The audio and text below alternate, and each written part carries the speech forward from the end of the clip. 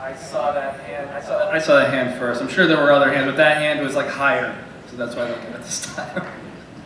I'm making it up a second. Oh, okay. My name is Michael. I'm from California, and I was wondering, Greg. Oh my gosh, sorry. Did you just call me Greg? No. Did I not just talk for 20 minutes about how Greg and I are feuding? How dare you call me Greg Nicotero? Good Lord. As if I could have glorious hair like that man. Alright, my question is, sadly, after Carl's death, well, two questions really. Spoiler alert, but go ahead. Will Rick ever die? Yeah, of course. After Rick dies, who's gonna take the lead? Well, that's a question, right? Who knows? Maybe it's a character that hasn't been introduced yet. Maybe it'll be Judith. Who knows? No, that's true. I am trying to kill her. That'd be real weird, wouldn't it? Like Judith's ghost comes back after Rick dies and is like, I got this. I'm the leader of this community now. Ooh.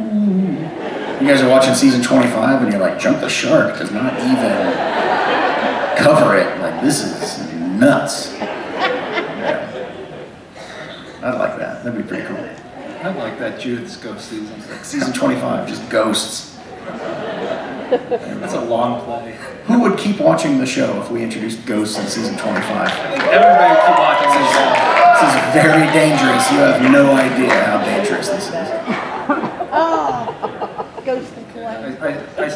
I don't. What do you have over here? But I'm trying to do a Jesus thing. Oh, okay. Oh, okay. Jesus thing. I didn't know what it was, but you had your hand up first. All right, so I know a lot of the stories going down in the southern states where it's nice and warm, they don't get much snow, but how do the zombies act out more in like Alaska and all that, like when during the deep freeze? Like, do they start freezing and thaw out, or would they die out through, just being frozen? Yeah, we saw a little bit of that in the comics, and what the idea was that they would kind of freeze in place and be preserved over the winter, and then when things thawed out, they just kind of come back to life and go about their business.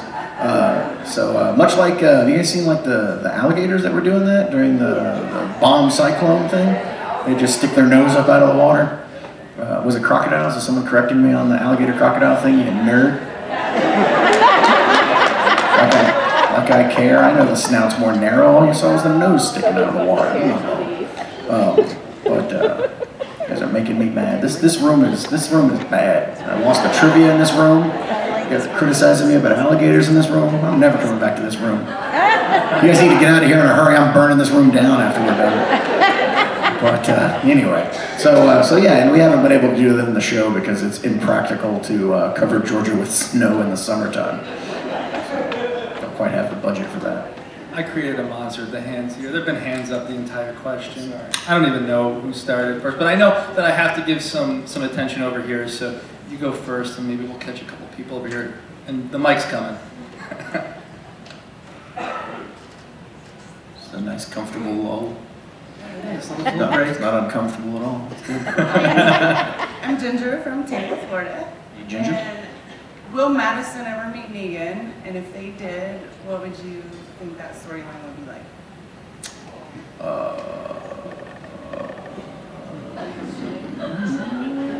Could she be Alpha?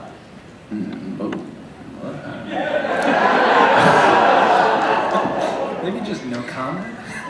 I stumped Jeffrey Dean Morgan with that. Yeah.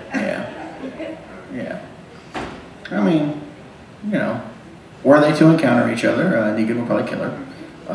Or maybe she'd kill Negan. I don't know. There's options. They'll probably never meet. And she's not Alpha.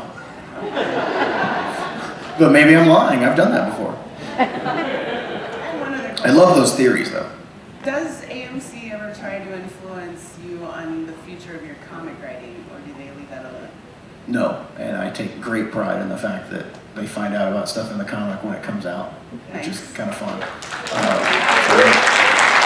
And honestly, that's a real testament to their trust in me and their coolness as a network. I mean, I really should say that. I mean, they don't have any legal right to, dictate what I do in the comic, but, they could always be calling me and suggesting or asking questions, and they don't, and I'm very thankful for the fact that they trust me. So it's cool. Okay, yeah, we had some questions. We got people pointing over here, so let's get a mic here. Hi, I'm Lynn from Louisville, Kentucky. And I'm just wondering, what are the chances that Rick has been in a coma the whole time? 0. Next question. Yeah, that comes up from time to time. That would be a terrible story. You know, I think that, yeah, that's been done at a lot of things, but he is definitely not in a coma, I promise. Thank you. He'd be like, he'd wake up and Negan would be the plumber. He'd be like, oh, you were there. It was so weird.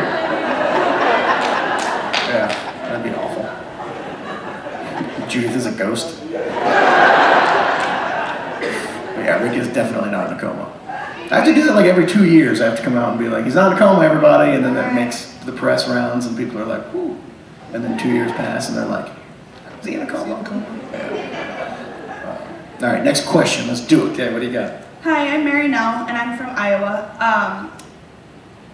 I was just curious if you take any people from your personal life and take some of their traits into your work on your comic book. Yeah, I have in the past. I think it's something that every writer does. I would never say exactly who, because they could sue me. But not really, I don't think. But there have been little tics and mannerisms that I've like found in people that I've worked with or people I've known that I've worked into some characters just to give them a little bit of like real stuff that like everything comes from my head. So if you're not careful, every character can be like a cookie cutter, like exactly the same kind of person, because to be completely honest, unfortunately, I only experience life from my perspective, which is like super crappy. Like it'd be much more useful if I could just like pop into people's heads and go, ooh.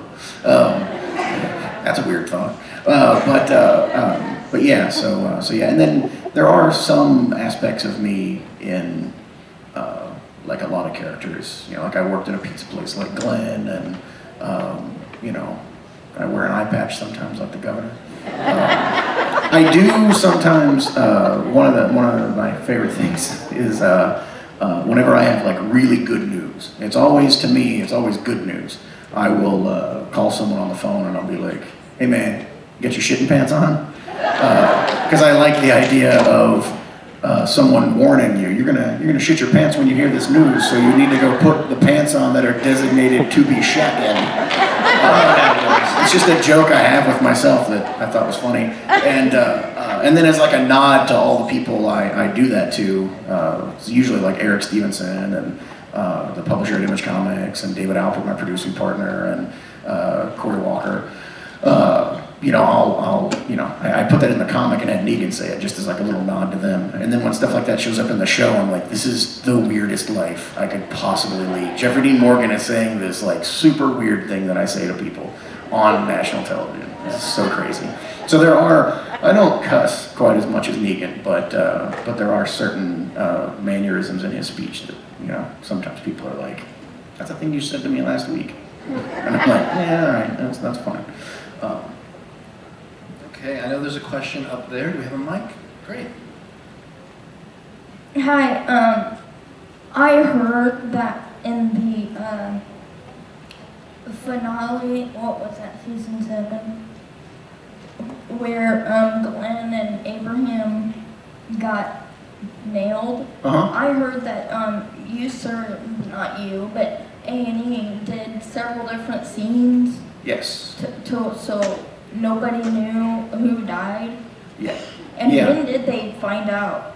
So what happened was the actors on set knew, but a lot of the crew didn't know, because there have been some leaks sometimes. Just press people will be on set and things like that, and so a lot of people on set didn't know. And then when we did the edits, we have had sometimes the edits leak from our digital platform, and so we had an A edit, a B edit, and a C edit, where it was 2 different people dying in each one. And if you paid attention, the special effects on Glenn and Abraham were way better than the other ones. So you could kind of tell if you really wanted to. But yeah, there was like an Aaron and Maggie cut, there was a Eugene and Rosita cut, and I can't remember all the different combinations, but we were told verbally, we never put it in any email, we never put it in anything that could be traceable, like which cut was the real cut. Yeah, and that was just, you know, to make sure that we preserved the surprise as best as possible. Thank you. We're running out of time, but before we closed out, I did want to ask you for advice for all of our young, aspiring writers trying to break into the biz. What would you suggest? Man, you put me on the spot. It's a difficult road, and you know, I mean, all the advice that you hear is, you know, 100% true. Write every day. You know, you got to give it your all. If this is something that you want to do with your life, like, you really need to be able to dedicate your life to it.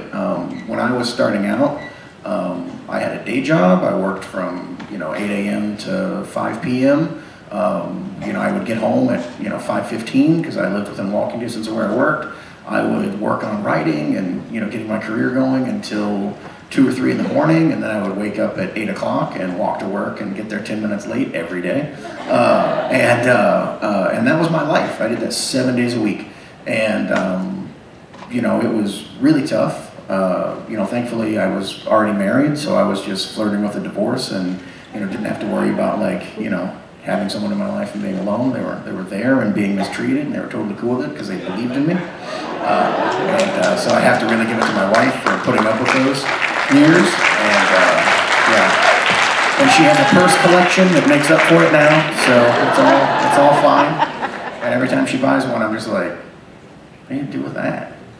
It's a purse. So anyway, and then she's like, why did you buy another pair of Jordans? And I don't understand. And I was like, because my mom wouldn't buy them for me when I was a kid. Now that I can, I'm filling a hole that's left in my life, and it's all very depressing. But anyway, it just doesn't help. It doesn't make me feel good. I still feel terrible, but I buy them because I hope that they'll make me feel good. It's just a real sad cycle that I'm in. But anyway, so my point is, if you're not willing to do that, like, be aware of that. Like, I meet a lot of people at conventions that say, you know, I really put my all into this, and it's just not working out, and I'll ask them, I'll be like, well, how much do you work? Well, you know, I've only got time to work like a couple hours on the weekend. And I'm like, well, buddy, like, if it's not that important to you, like, it has to be the most important thing in the world to you. And then I think it'll work out. So, you know, be ready to make sacrifices, I guess. Good advice. Maybe. And buy your kids the shoes they ask for.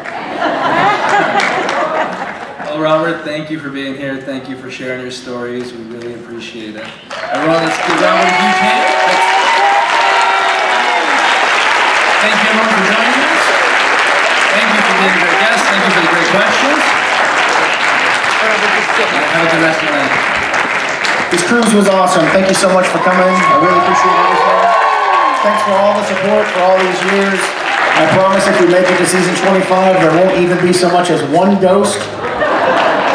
Not even one. Not even like a weird Lori in a white dress ghost. We're through that period. All right, I've said off-color stuff enough. I'm going to go now. These towels are weird, right? Like, why are these up here? I don't know. Is it to avoid this? That's fine. I love you all. Thank you.